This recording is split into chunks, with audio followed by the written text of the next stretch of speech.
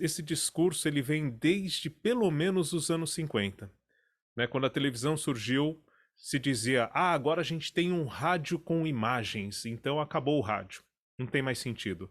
Aí vem o Boni, um cara que fez o padrão Globo de televisão e diz: o rádio é uma TV com imaginação. Então ele faz uma brincadeira com o rádio com imagens, dizendo que o rádio é uma TV com imaginação. Então, assim, são coisas diferentes, né? O rádio, ele permite que, por exemplo, hoje eu acordei, liguei o rádio e fiquei sabendo que estava acontecendo uma greve de ônibus. Mudou o meu dia, mudou o nosso encontro aqui.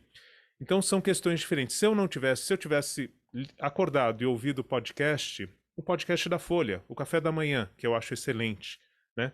Mas se eu tivesse ouvido só o podcast da Folha, talvez eu não soubesse, apesar de que, como foi anunciada ontem à noite a greve, eles têm lá o que você também precisa saber e eu teria a informação da greve, mas não de que o metrô está complicado, que o trânsito está o dobro do que o normal, enfim.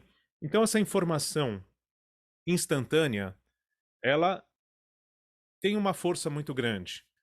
E quando eu tenho o áudio bem produzido, por exemplo, eu gosto muito de ouvir um conteúdo que vai ao ar no rádio, que é o Cláudio Zaidan, o Entendendo a Notícia, às 3 horas da tarde, ele faz isso lá no rádio, e durante meia hora ele aprofunda um tema diariamente. E eu ouço isso em podcast. Então, assim, mais uma vez, eu acho que as coisas elas vão se somando.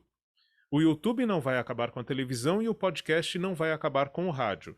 Pode se transformar. Eu posso, amanhã ou depois, não ter uma emissora de TV como eu tenho hoje, como já também muda o processo, né? Eu não vou ter os contratos que eu tenho hoje, vou trabalhar sob demanda, enfim. A transformação, sim. A concorrência também. Mas acabar, eu acredito que não, até porque o que fica é a linguagem, né?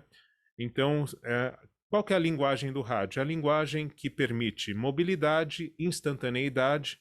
Então, eu posso ouvir onde quiser, a todo momento, o que está acontecendo naquele exato momento e imaginar, né? Se eu mexo com a imaginação, se eu consigo fazer a pessoa se envolver por meio da imaginação, isso o rádio consegue, por exemplo, talvez hoje o quadro de maior audiência no rádio seja na rádio Band FM, que é a emissora de maior audiência atualmente, né?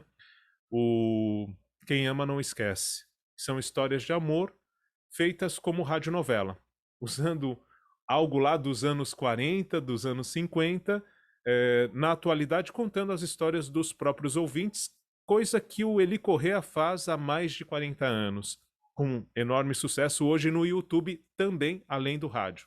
Então, assim, é a mesma linguagem. O Eli Corrêa tentou fazer a história que ele fazia no rádio, não sei se vocês conhecem Eli Corrêa, mas 2 horas da tarde ele faz o Que Saudade de Você, que são histórias enviadas pelos ouvintes e pelas ouvintes, né? E que ele dramatiza ali durante meia hora, tal. Isso ele faz há mais de 40 anos, é um enorme sucesso no rádio. Fazia no rádio AM, foi pro FM, levou pro YouTube, e no YouTube ele tentou fazer filmes com essas histórias, com atores e tudo mais tal. E foi um fiasco, não teve audiência. Aí ele passou a colocar, como muitos podcasts fazem, né? Uma tela ali com uma arte e o áudio, a história, do jeito que ele conta no rádio, com a mesma estrutura. E simplesmente hoje ele deve estar com 500 mil ou mais assinantes no YouTube e por aí afora, mas a coisa cresceu de outra maneira e ele tem um público hoje no rádio, ele continua fazendo isso na Rádio Capital, a AM/FM atualmente, e no YouTube. Então, assim, é a linguagem, é o áudio.